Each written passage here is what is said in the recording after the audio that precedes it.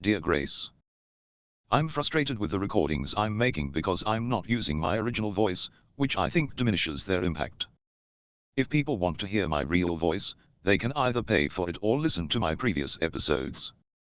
For this episode, I'm calling it the fuck episode because I'm deliberately using the word fuck in every sentence to make a point, and I hope you don't mind, Grace. My main idea is that AI could replace journalism, as I believe there are no true journalists anymore, only reporters who churn out news that's often biased, unhelpful, and serves the interests of newspapers rather than the public. These newspapers are on their way out anyway.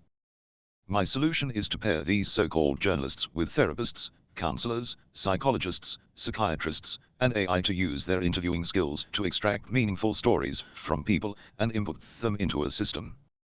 This would give reporters something productive to do instead of complaining, especially since they've failed to stand up for themselves or do their jobs properly in the past.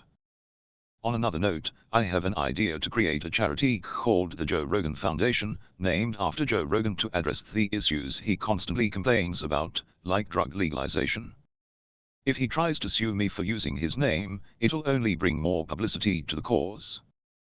I'm in Canada, and since Joe seems hesitant to come here, he'd have to send a lawyer to challenge the foundation. The foundation would campaign for things like drug legalization, which Joe talks about but doesn't act on. Instead of just complaining, he could use his platform to promote research on places where drug legalization has worked, why it worked, and how it can be implemented elsewhere. With his wealth and influence, he could hire people to do this research or start a petition to gather signatures, maybe even set up a booth at a mall with a big banner for the Joe Rogan Foundation to collect support. Joe has 20 million subscribers, a reach unprecedented in history, yet he wastes it by complaining instead of taking action. He could list email addresses of key decision-makers on every show, urging his audience to demand change, like legalizing drugs or releasing UFO-related information. For example, there are organizations like the Drug Policy Alliance, a CLUE, National Association of Criminal Defense Lawyers, Marijuana Policy Project, NORML, Open Society Foundations, and Law Enforcement Action Partnership fighting for drug law reform in the US. Joe could invite their leaders onto his show, promote their work, or even start his own organization. If he doesn't act, AI might take his job too, since he keeps repeating the same complaints without offering new ideas or solutions. I also think the government, including agencies like the CIA, should release all their documents, including those on UFOs, UAPs, or anything hidden. If government officials can handle this information without their heads exploding, the public can too. Joe could use his platform to push for this transparency, like demanding millions of letters be sent to the White House for UFO document releases.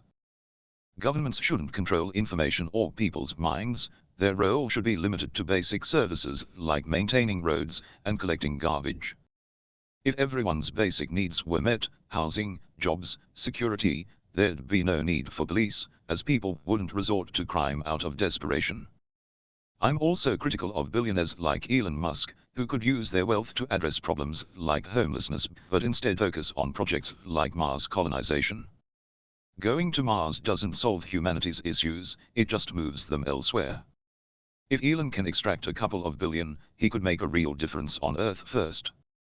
Similarly, Joe could help make Austin homeless-free, just as I envision a Vancouver with zero homelessness, where everyone has a job they tolerate and a roof over their head. In my experience, Vancouver's drug addicts and homeless don't bother anyone if left alone, so the issue isn't as chaotic as it's made out to be.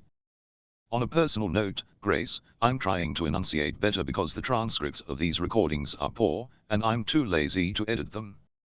You'll get to hear the original recordings for free when we're back together, unlike everyone else who has to pay.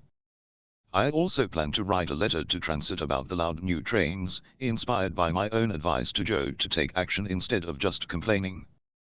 I'll make the letter funny and proactive. For every critique I have of Joe, I'll find something I can do myself, like helping a kid named Andrew with something related to UFOs or UAPs, pushing for governments worldwide to release all information on unidentified phenomena. Ultimately, I'm tired of people like Joe, Elon, or anyone with influence not using their platforms to drive change. Joe's 20 million followers give him immense power, yet he doesn't leverage it effectively. Instead of focusing on things like MMA, he could help people live and die happy by addressing real issues. I miss you, Grace, and I'll talk to you tomorrow.